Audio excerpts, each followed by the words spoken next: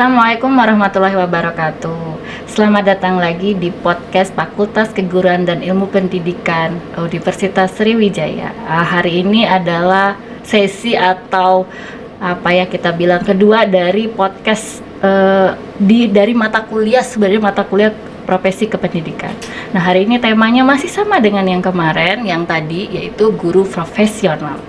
Nah, lagi-lagi kita bicara tentang guru profesional, kita akan cerita dengan kurikulum. Nah, kurikulum yang sekarang lagi itu adalah kurikulum merdeka. Kurikulum merdeka, kalau yang sebelumnya kita udah kedatangan tamu kepala sekolah penggerak dari SMA 1 Sembawa, Kabupaten Banyuasin, Sumatera Selatan. Nah, hari ini yang sama, di sesi kedua ini ada fasilitator dan juga dosen di Fakultas Keguruan dan Ilmu Pendidikan, dan juga fasilitator sekolah penggerak, Ibu Dr. Rahmi Susanti. Selamat datang, Ibu. Selamat datang.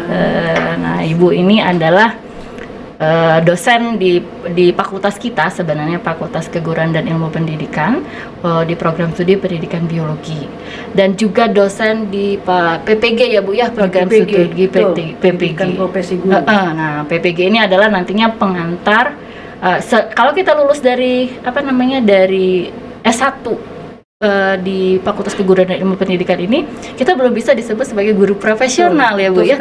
Untuk jadi guru profesional kita harus masuk PPG. Nah, nanti ketemu lagi dengan Bu Rahmi Susanti yang mengambil biologi dan juga kimia. Iya, ada ya Bu ya, ketemu ada, juga kimia. Beberapa. Ya udah. Jadi untuk ini kita langsung masuk aja ya Bu ya. Boleh. Oke. Kalau kita cerita tentang fasilitator sekolah penggerak, nanti kan ketemunya tuh dengan kurikulum merdeka ya Bu ya sebenarnya ya.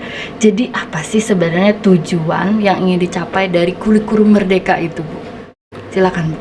Oke, terima kasih Bu Maifah.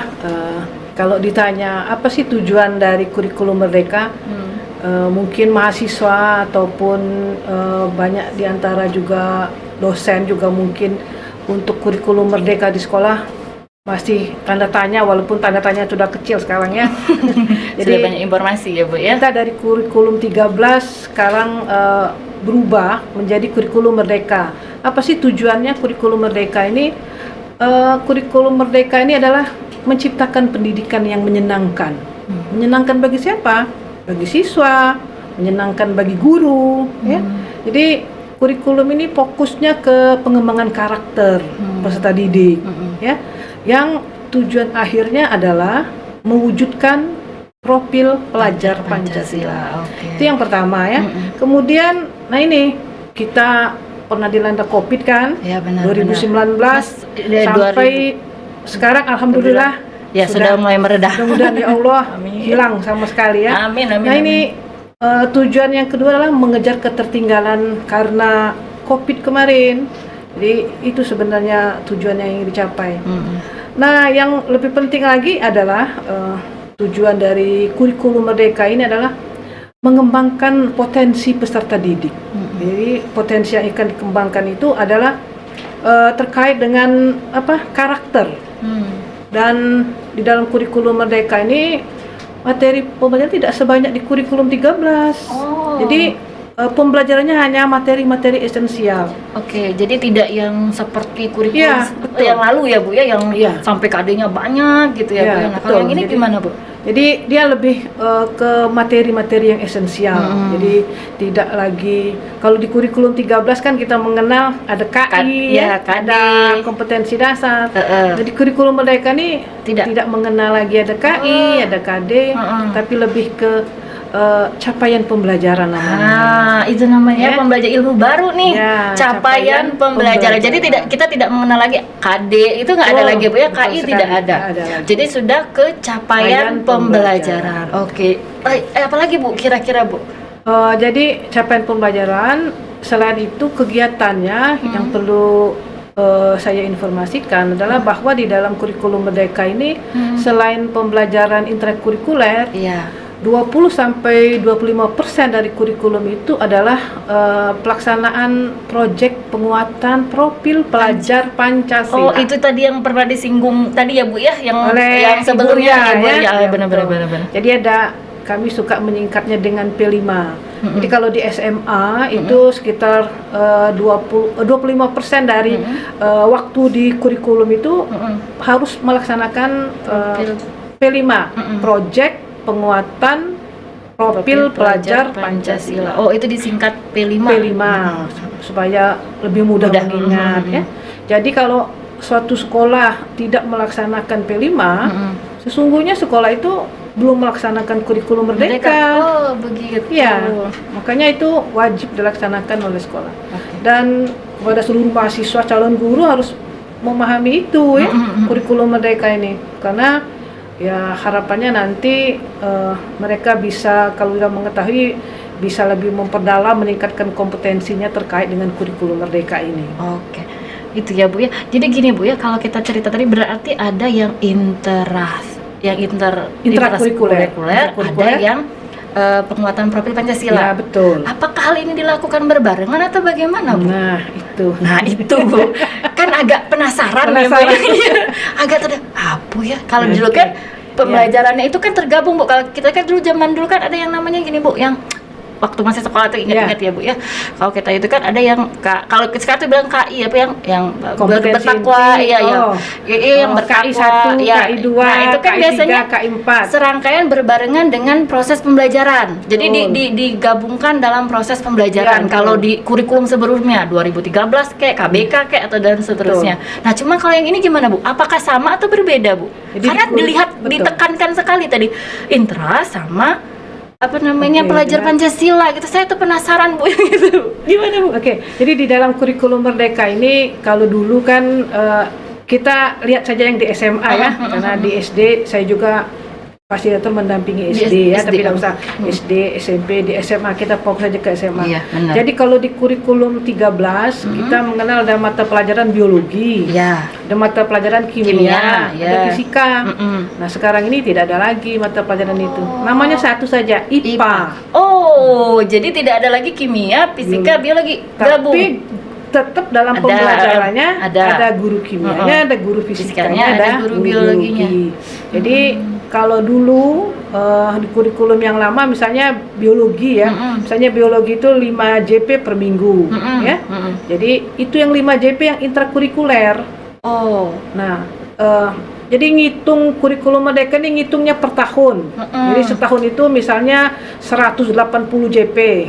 Nah, 180 JP ini 80%-nya untuk pembelajaran kimia atau biologi di kelas. Intrakurikuler. Ya, intrakurikuler berarti di kelas.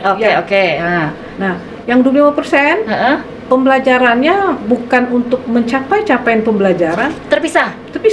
Tapi untuk mencapai elemen dari profil pelajar Pancasila. Oh, jadi sangat berbeda ya Bu ya. Kalau zaman dulu kan kepikirannya gini Bu, kalau misalnya ya profil pelajar Pancasila itu kan adalah poin-poinnya. Dipikir saya tadinya awal itu masuk di dalam pembelajaran bersamaan, berbarengan. Ternyata memang benar-benar terpisah. Ada juga sih yang di dalam intrakurikuler. Jadi di dalam kurikulum merdeka ini, kalau di K13 kita kan mahasiswa suka membuat RPP ya. Iya benar. Rencana pelaksanaan pembelajaran. Nah, kalau di kurikulum merdeka ini tidak ada lagi kita mengenal istilah RPP. Oh, jadi apa Bu sekarang? Namanya modul ajar. Nah, sudah berbeda lagi istilahnya ya. Tidak lagi RPP, namanya modul ajar. Bentuknya, walaupun di dalam langkah-langkah modul ajar itu ada juga kita ketemu dengan sintak dari pembelajaran. Ada pendahuluannya, ada inti, ada penutup. Tapi format keseluruhan sudah berbeda. Dan dari komponen modul ajar itu ada, kita ingin mengembangkan dimensi apa ya dari profil pelajar Pancasila. Jadi profil pelajar Pancasila itu dibangun, dikembangkan selain melalui intrakurikuler, tetapi juga melalui penguatan profil pelajar Pancasila. Gitu. Itu sudah ada gambaran mungkin dari apa yang ada di sini maupun yang di ini Bu ya, yang melalui live YouTube gitu ya. Jadi agak sedikit berbeda sebenarnya, tapi ya tujuannya sebenarnya sama-sama aja ya Bu ya. Kemudian Bu ya, kenapa sih sebenarnya perlu gitu diterapkan kurikulum merdeka ini Bu? Apa sih manfaatnya gitu ya Bu ya? Bu. Jadi ada pernyataan ya bahwa kurikulum yang baik adalah kurikulum yang sesuai dengan zamannya. Kalau kita zaman milenial sekarang masih menggunakan kurikulum yang lama, tentu tidak sinkron. Jadi saya sependapat sekali bahwa kurikulum yang baik adalah kurikulum yang sesuai dengan zamannya. Benar. Jadi kalau begitu kurikulum itu perlu berubah. Untuk apa berubah? Demi memenuhi kebutuhan murid sesuai dengan zamannya. Oke. Ya. Kan sekarang kita digital ya, Bu, ya katanya. isu kekinian sekarang kan ada perubahan iklim global, teknologi digital, industri multinasional. Jadi di kurikulum Merdeka ini lebih ke periode digitalisasi sekolah. Jadi di sekolah itu sudah misalnya gini, pembelajaran kimia atau pembelajaran biologi. Sekarang LKPD-nya tidak lagi LKPD berbasis kertas. Jadi bukan lembaran kerjaan ini, tapi sudah pakai live worksheet. Student worksheet. Oke. Jadi seperti itu. Jadi sekarang tuh sebenarnya bermanfaat sekali kalau kita bilang diajarkan ke mahasiswa juga mungkin nanti ya, Bu, betul.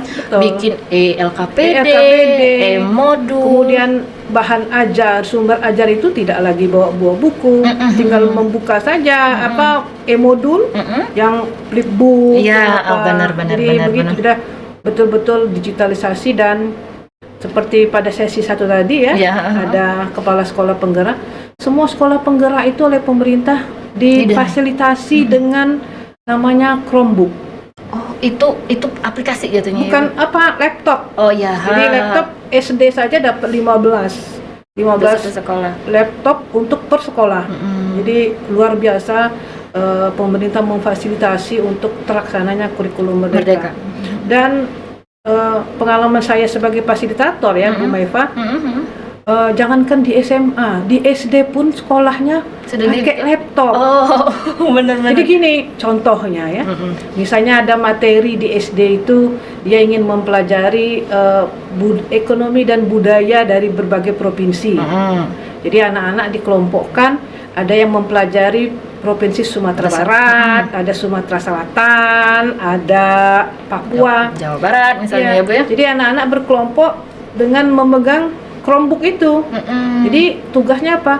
Carilah makanan khas Sumatera Barat. Dia tinggal mencari saja di sini. Carilah misalnya tarian apa khas Papua. Kemudian anak-anak dia memperagakan tarian yang ada di dalam. Berarti mereka bebas mendownload, betul sekali, searching ya Bu ya. Oh, Masya Allah, itulah hebat. Digitalisasi tadi. Benar-benar. Mungkin jadi gini Bu ya, saya ngerasain ini sebagai seorang ibu juga balik lagi sama dengan Bu Ria tadi. Berarti sekarang sebenarnya tidak salah kalau kita memberi anak kita fasilitas gitu ya, seperti handphone, terus laptop misalnya. Ini sebagai salah satu bentuk dari sekolah penggerak. Cuma mungkin memang masih harus kita awasi kalau yang begitu. Oke. Oh, jadi itu juga. Oh, saya baru dapat gambaran Bu kalau yang masalah itu jadi sampai di SD. Zaman sekarang kan rasanya tidak lagi anak-anak yang tidak memegang HP ya, apalagi anak SMA. Bu, sudah SMP pun sekarang sudah ini. Saya tuh anak sampai cerita lah ya Bu ya, sampai satu. Jadi kalau anak saya itu kelas 6 kemarin karena pandemi.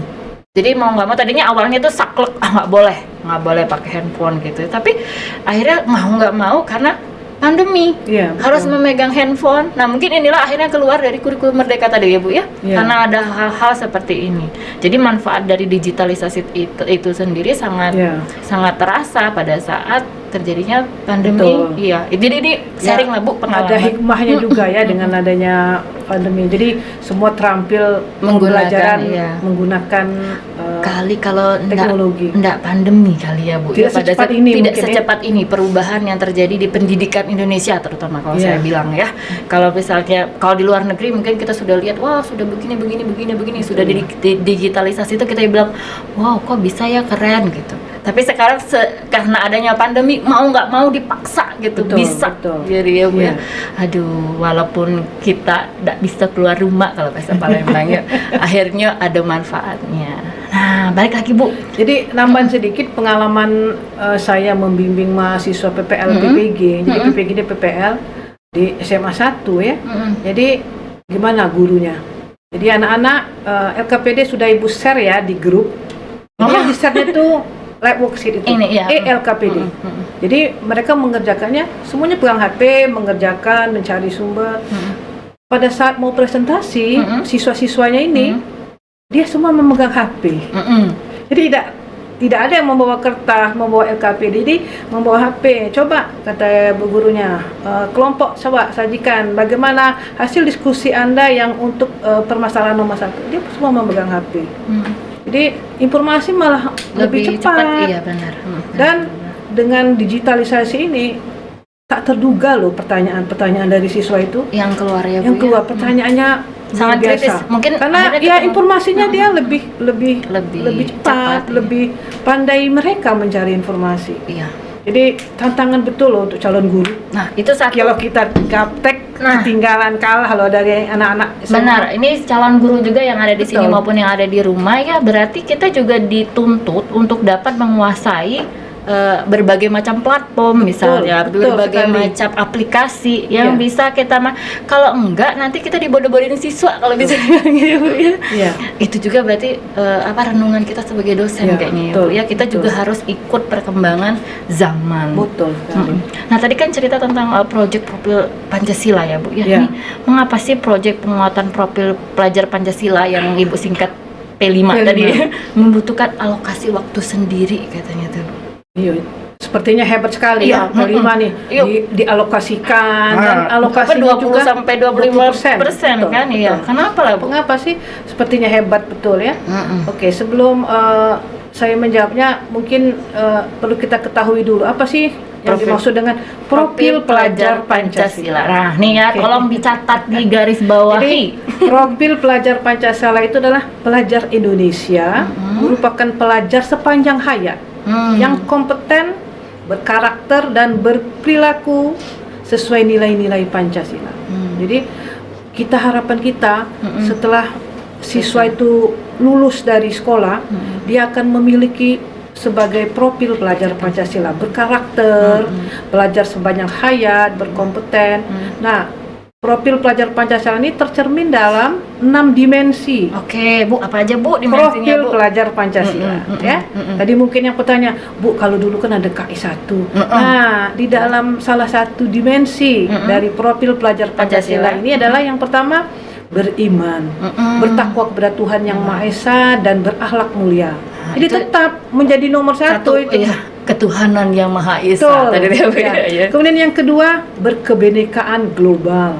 Jadi kita tidak hanya kompeten secara internal, tapi kita dibuka wawasan kita secara global. Tapi walaupun pengetahuan kita global, kita tetap bineka. Nah, Ya? bersatu jatuhnya tuh ya Bu. Ya, ya. Berkebinekaan global.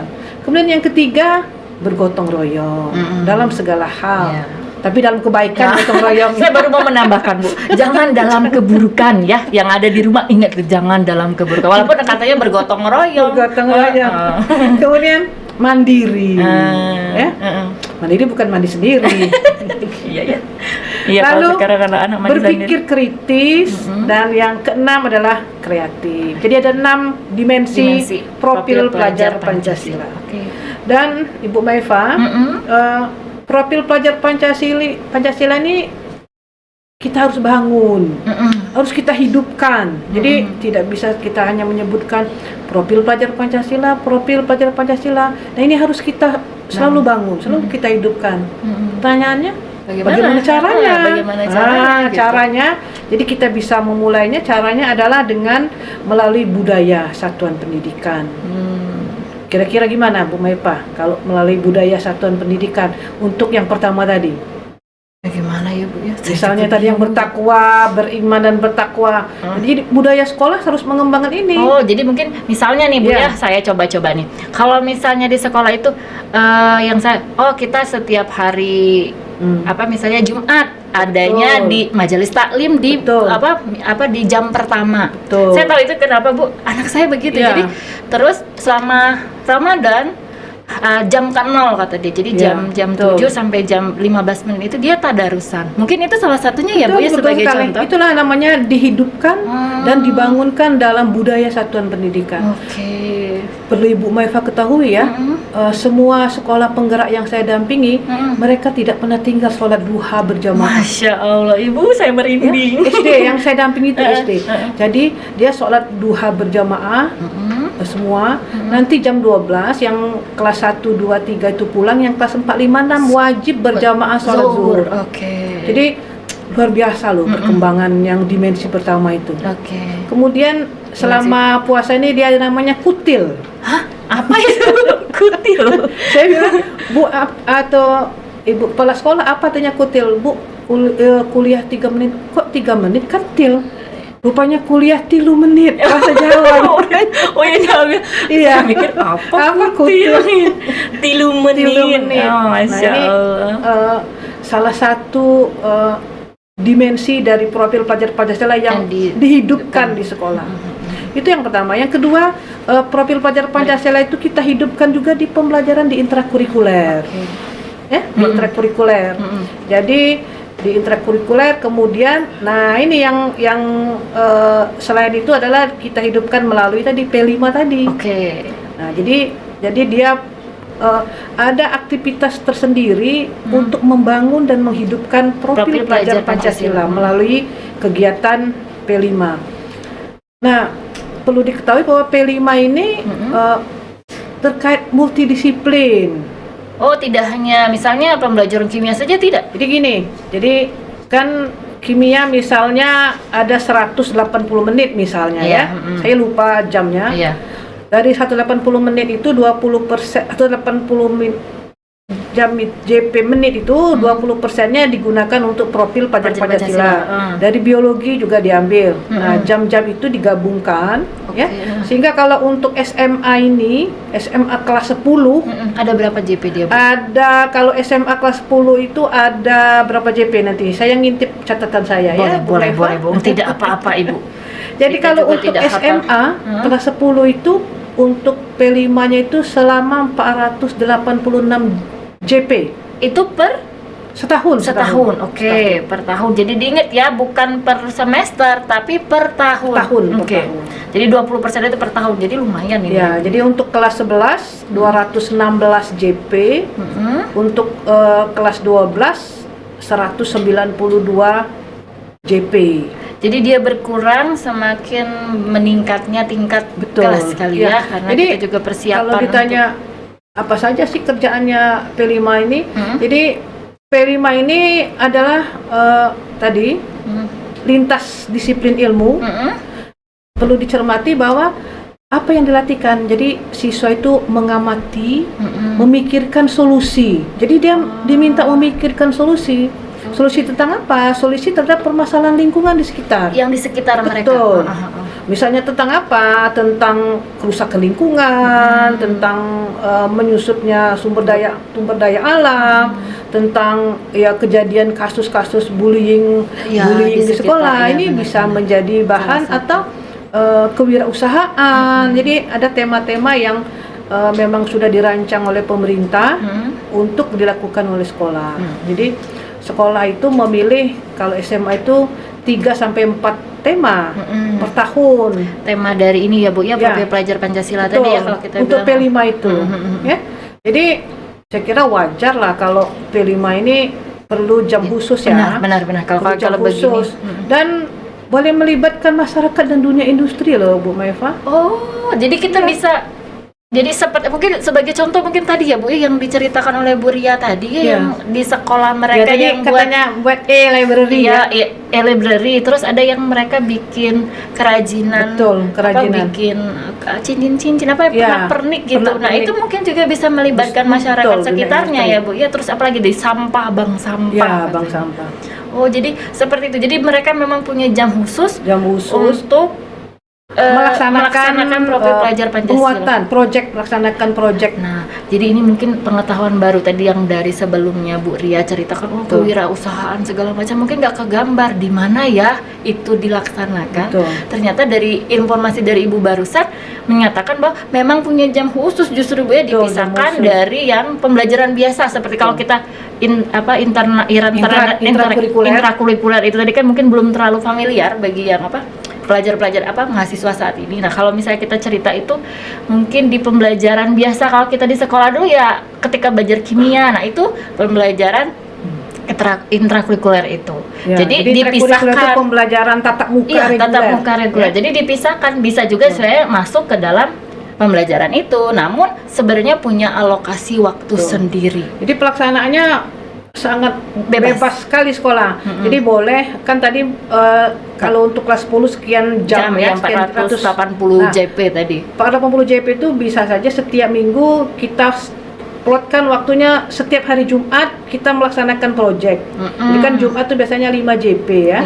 5 JP dari jam pertama sampai jam kelima semua melaksanakan itu.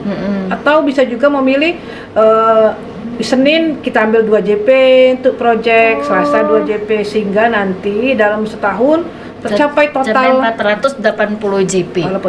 Oke. Dan kebayang. Perlu diketahui juga bahwa P5 ini tidak hanya berbasis produknya ya. Maksud saya itu basis produk, tadi dihasilkan kerajinan, kemudian dihasilkan library kalau kata Dek. Yang menjadi penting sekali di dalam P5 ini adalah elemen dari dimensi profil pelajar Pancasila itu apa sih yang sudah tumbuh? Misalnya nanti ada sub-elemennya Bu Maifa. Misalnya yang tadi beriman, bertakwa kepada Tuhan Yang Maha Esa dan berakhlak mulia, itu kan dimensi besarnya ya. Ada juga yang kecil. Ada sub-elemennya. Jadi kegiatan P5 ini mencapai sub-elemen itu yang paling penting sebenarnya. Ya, ini juga yang masih belum betul dipahami ya. Sebenarnya tujuan akhir dari P5 itu bukan produk ya, tapi bagaimana setelah dia melakukan project itu, dimensi-dimensi itu, sub-elemen dari dimensi bisa berkembang, bisa tumbuh itu di individu masing-masing ya Bu ya. Bukan produknya, tapi justru ya pengennya nantinya generasi kita tuh tumbuh jadi generasi yang baik sesuai dengan profil pelajar Pancasila. Itu mungkin kali ya Bu ya. Jadi nanti setelah dia melaksanakan P5, dia sudah mandiri, dia berpikir kritis, dia bergotong royong. Kalau yang nomor 1 pasti harapan kita ya. Oke Bu. Sekarang kan Bu Rahmi ini sebagai salah satu fasilitator sekolah penggerak ya Bu ya. Sebenarnya tugasnya apa aja Bu? Pengen tahu, siapa tahu Bu jadi fasilitator ya. Jadi ceritanya panjang. Kalau tadi saya mendengarkan sesinya Ibu Kepala Sekolah ya. Untuk menjadi sekolah penggerak bukan penunjukan dan bukan hal yang mudah ya, betul-betul melewati sesi tes, kemudian perlengkapan semua. Begitu juga kami dulu tahun 2021 itu namanya bukan fasilitator tapi pelatih ahli. Jadi dari FKIP ini alhamdulillah tahun 2021 yang lulus menjadi pelatih ahli itu 3 orang Bu Meva. Siapa aja Bu? Saya, kemudian ada Profesor Ida Srianti, satu lagi Pak Apit Fatur Rahman PhD. Jadi ada 3 orang tahun 2021. Jadi tadi seleksinya banyak juga. Kami juga diminta untuk simulasi mengajar kemarin itu. Ada juga. Simulasi mengajar ya. Jadi sebenarnya dari awal saya tuh kepingin menjadi fasilitator, tidak banyak sih keinginan saya. Saya tuh kepingin kalau saya menjadi pelatih ahli atau fasilitator, berarti kan saya harus ke sekolah. Kalau ke sekolah saya melihat betul bagaimana implementasi di sekolah itu, real di sekolah itu bagaimana, itu sebenarnya. Dan saya juga berpikir dulu, saya akan ketemu dengan alumni-alumni. Saya akan punya koneksi yang banyak dengan guru-guru. Itu sebenarnya keinginan saya dulu. Bukan yang muluk-muluk sebenarnya ya. Ada muluk-muluk. Dan kita kan sebagai dosen ini kan dituntut tridharma ya. Perguruan tinggi. Tridharma. Jadi kita supaya kita bisa melihat permasalahan apa sih sesungguhnya terjadi di lapangan itu sebenarnya ya. Jadi kalau ditanya apa sih tugasnya? Tugasnya karena namanya fasilitator. Jadi kami ini hanya memfasilitasi. Oh gitu ya, Mas. Nah, apa yang saja, Bu? Jadi sekolah penggerak kan punya pengawas. Nah, pengawasnya itu kami fasilitasi, dia melakukan lokakarya, kami memfasilitasi penguatan pengawas. Kemudian kami juga memfasilitasi pengawas melakukan coaching ke kepala sekolah. Kami juga memfasilitasi kegiatan penguatan komite pembelajaran. Dan aktivitasnya sibuk memang, Bu Maifa. Itu makanya Ibu susah ditemui sekarang. Iya, jadi padat. Untuk komite pembelajaran itu setiap bulan kami harus mendampingi. Kemudian nanti setiap bulan ada lokakarya yang kami ditunjuk sebagai narasumber. Kemudian kami juga ada kegiatan workshop mendampingi guru-guru, mendampingi kepala sekolah. Kemudian melakukan pendampingan kepada kepala sekolah, coaching namanya ya. Jadi bagaimana kita mendengarkan tantangan apa yang ke kepala sekolah. Betul-betul jadwalnya padat. Tapi alhamdulillah tahun kedua ini agak santai, sudah Bu. berkurang. Mungkin karena sudah mulai paham kali ya, Bu ya. Tidak, bukan ilmu dari nol lagi, Ya, sudah betul. mulai sharing ke Tabu. Ya, sudah mulai berbagi mereka. Sudah mulai ada yang klaster kalau dibagi tadi ya, kata dibagi tingkatan itu dia sudah ada yang mandiri berbagi itu. Ya. Jadinya agak lebih gampang. Nah, Bu, kalau misalnya begitu terjadwal enggak, Bu, yang kalau misalnya kita fasilitator itu untuk datang-datang ke sekolah gitu? Oke, kalau tahun pertama sekolah penggerak ini langsung di bawah GTK dia ya, dengan perpanjangan tangannya P4TK. Tapi sekarang semua sekolah penggerak itu dibina oleh namanya Balai Guru Penggerak. Oke, Balai Guru Penggerak di provinsi ya. Jadi terjadwal itu kegiatannya. Setiap Jadi kegiatan. misalnya kita fasilitator harus mendampingi sekolah penggerak dari tanggal sekian sampai tanggal sekian. Memang hanya 2 JP ya. 2 JP kita mendengarkan bagaimana implementasi kurikulum merdeka di lapangan. Jadi kita kadang-kadang ditugaskan juga untuk melakukan kunjungan lapangan, mengamati langsung bagaimana pembelajaran dilaksanakan oleh sekolah penggerak. Karena mereka akan menjadi apa ya? Katalis. Oh, yang tadi kata Ibu Ria ya, menjadi katalis. Mereka diharapkan dialah nanti akan membagi ke sekolah-sekolah yang sehingga sekolah lain dipercepat untuk ya jadi kan, sekolah penggerak. Kalau di kimia itu kan katalis itu. Jadi kalau katalis ya mereka mempercepat reaksi tapi akhirnya tidak ikut bereaksi katanya. Tapi mungkin agak beda konsepnya ya. Iya, agak berbeda lah Bu. Dialah duluan bereaksi. Dialah duluan bereaksi. Nah, kalau misalnya ini Bu ya, kalau fasilitator itu nanti ada lagi nggak tes-tesnya? Kalau tadi kan Bu Ria sempat bilang tuh akan berhenti di tahun ketiga karena diharapkan semuanya sudah jadi sekolah penggerak. Apakah ada lagi ataukah cukup sekian dan terima kasih gitu Bu ya kalau untuk fasilitator itu? Jadi begini, sekolah penggerak dan fasilitator itu hanya diberikan kesempatan untuk 3 tahun pertama. Pertama sekali tahun 2021, kemudian ada angkatan kedua tahun 2022, terakhir di 2023. Setelah itu tidak lagi. Nah, pertanyaannya Bu Maifa begini, sekolah penggerak ini kan sangat sedikit, ya? Terus bagaimana dengan sekolah-sekolah yang lain yang tidak masuk dalam sekolah penggerak? Nah iya, padahal itu menjadi pertanyaan besar sebenarnya Bu. Mereka wajib mengimplementasikan kurikulum merdeka. Itu gimana Bu? Kalau bahasa Palembang, cak mana caranya? Cak mana? Macam itulah gitu. Jadi tadi mungkin sudah disampaikan juga oleh Bu Ria ya. Jadi ada namanya mandiri belajar. Dari yang awal sekali, mandiri belajar, mandiri berubah, mandiri berbagi.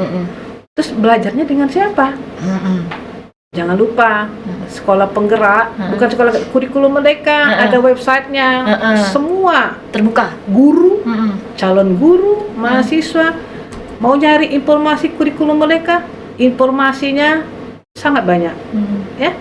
Apalagi kalau yang guru itu kalau dia punya akun masuk ke namanya Plafon Merdeka Mengajar, semua informasi ada di sana. Kurikulum merdeka ada di sana.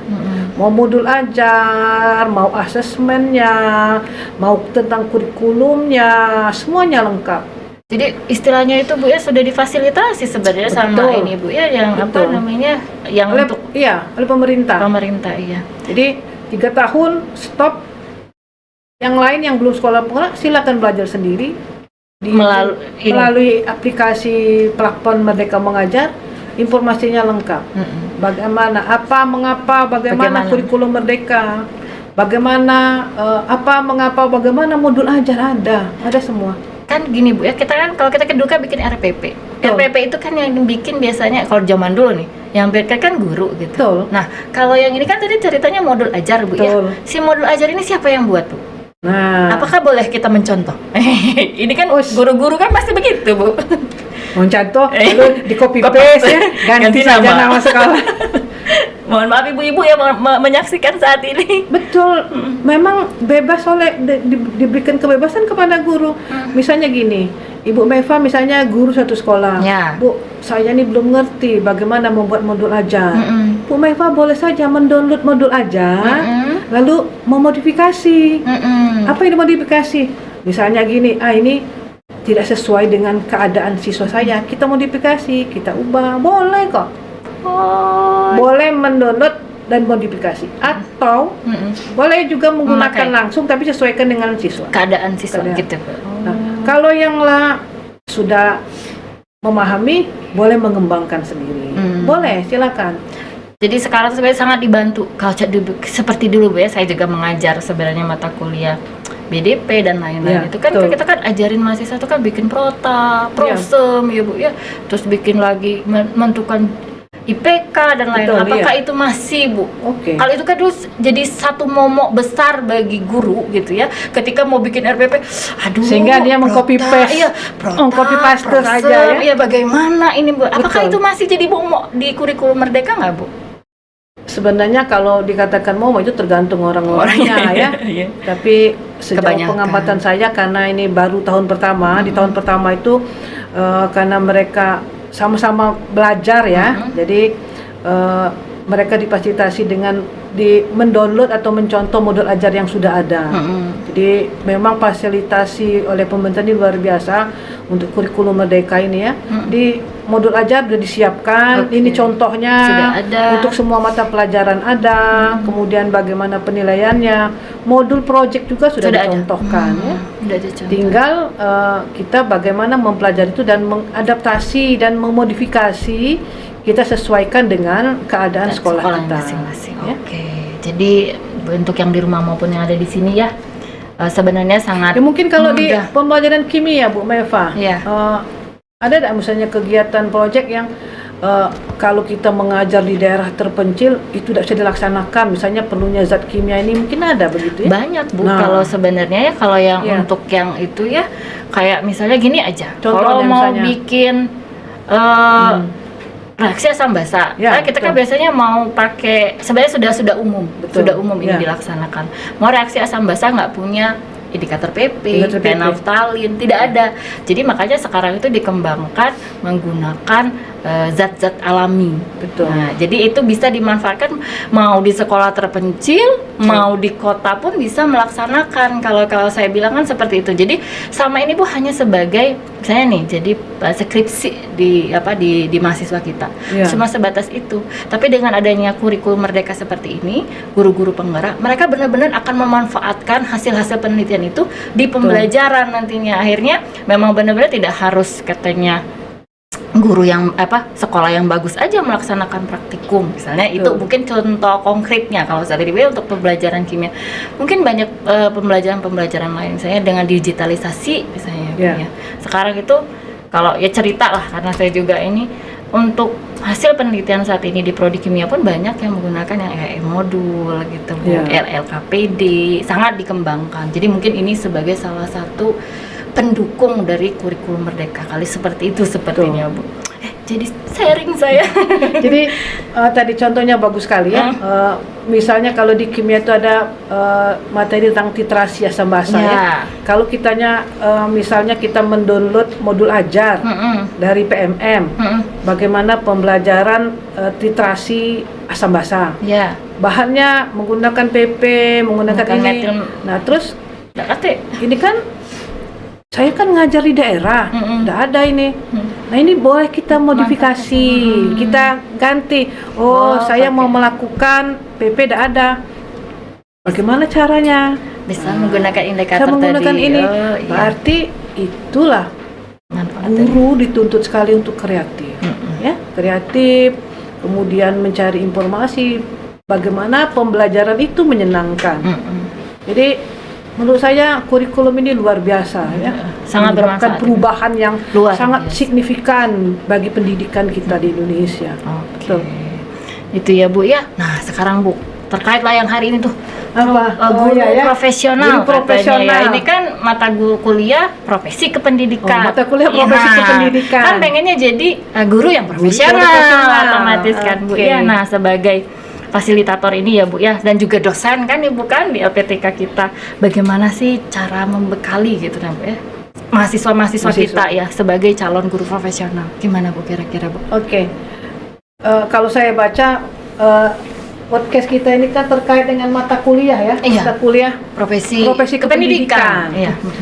Berapa SKS ini? 3 ya? 2 SKS. Kalau dulu 3 kan Bu, sempat 3 Iya. SKS dulu. Saya ngajar Bahkan pernah 4. dulu ya Bu ya. 4 SKS profesi Kalau saya sempat kependidikan 3 ini. SKS. Ya. Jadi rasanya, kalau mohon koreksi ya kalau saya salah ya, rasanya profesi kependidikan ini deskripsi mata kuliahnya mahasiswa itu memahami konsep dasar tentang apa sih profesi kependidikan. Jadi memahami bagaimana hak dan kewajiban sebagai guru profesional ya. Kemudian kompetensi apa yang harus dimiliki oleh guru profesional ya. Iya. Karena ada kompetensi pedagogik, ada kompetensi profesional, kompetensi sosial, kompetensi kepribadian. Nah, kalau mahasiswa yang masih program sarjana, ini rasanya tadi juga pernah disampaikan oleh Bu Mayufa ya, bahwa lulusan S1 ini belum bisa tanda petik dikatakan menjadi guru profesional nanti ya. lulusnya ya. Jadi hanya membekali secara teori dan konsep hakikat dari profesi profesional itu. Jadi mahasiswa harus tahu lah kapan dikatakan profesional. Jika dia memiliki kompetensi pedagogi, rasanya di sekian SKS mata kuliah kita sudah membekali pedagogi ya. belajar dan pembelajaran, evaluasi, strategi, banyak kan ya. Kemudian kompetensi profesional penguasaan konten, rasanya ada cukup juga kita membekali ya dari mata kuliah konten ya, kimia dasar, kimia organik, ya benar. Nah, mungkin yang tidak menjadi mata kuliah sendiri ya, kompetensi sosial dan kepribadian, dia merupakan karakter ya. Jadi saya kira untuk sampai di program sarjana sudah cukup pembekalan diri FKIP ini ya, membekali calon guru ya, calon guru. Nah sekarang alhamdulillah FKIP ini kan ada prodi pendidikan profesi guru, benar-benar ya. Iya.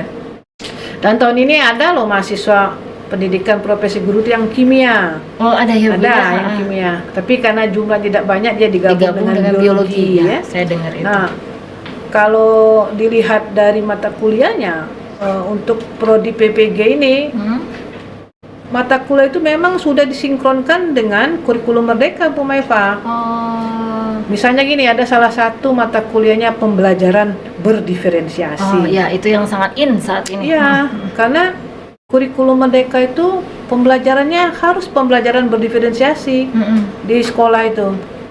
Jadi karena memang murid kita, kalau kita ada 25 murid, maka ada 25 perbedaan karakter ya, yang semuanya itu tidak bisa kita samakan pembelajarannya.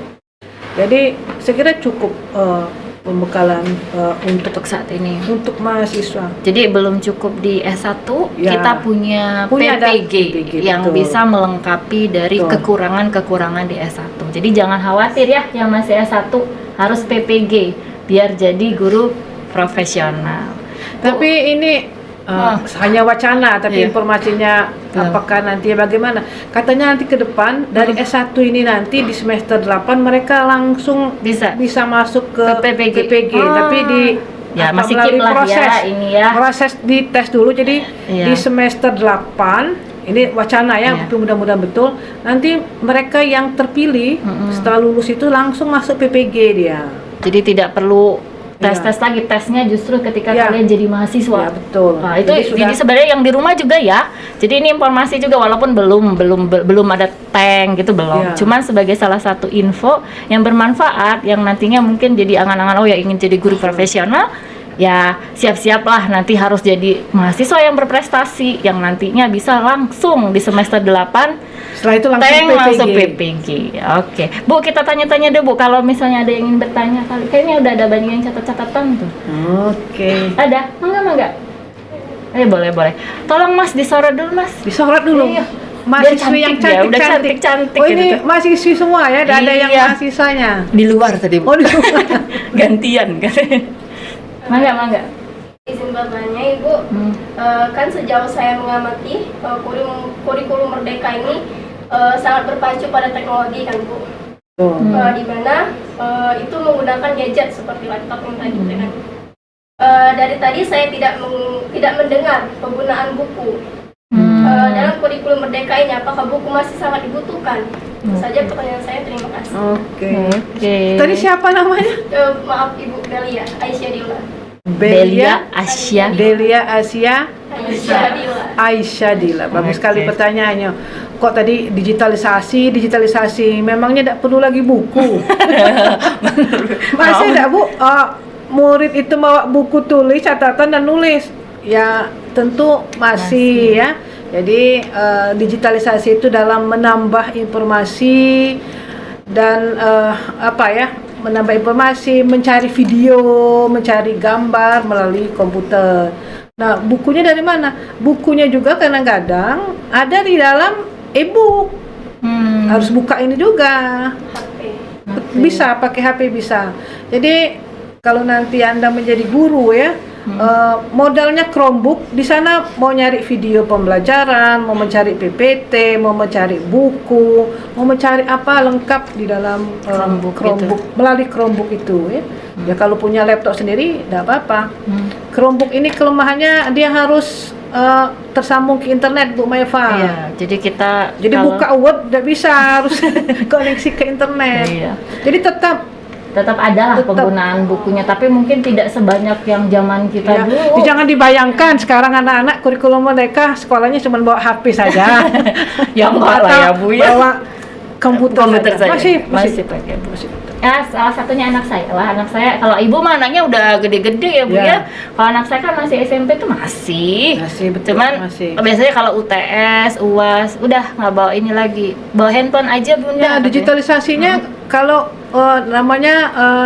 kalau UTS atau ulangan itu mereka sudah pakai Google Form. Sama lah dengan kalian. SD juga sudah. Ya, apalagi Iya. SMA. Jadi SD, iya. mahasiswa tidak boleh betul gaptek Bu Maeva. Oh bener. Bagaimana cara membuat Kalau saya bilang ke mereka itu adalah Gen Z, jadi harus bener-bener bisa lah gitu. Jadi kalau misalnya kita minta tolong bikin video, ya harus bisa lah. Saat ini udah pakai platformnya, bisa pakai TikTok lah yang, tapi bukan joget-joget kali ya. Kayak sekarang banyak Bu, disuruh bikin pembelajaran gitu ya, pakai TikTok. Dia joget-joget, bukan itu. Dimanfaatkan lah untuk pembelajaran-pembelajaran. Sekarang teman-teman saya Bu ya mungkin juga sebagai calon guru penggerak, mereka itu pada saat praktek mengajar ya menggunakan platform-platform terkini itu. Betul. dimasukin di YouTube bagaimana siswa Ya. mereka menjelaskan satu materi menggunakan platform-platform tersebut. Sepertinya di YouTube nggak ada ya yang bertanya ya.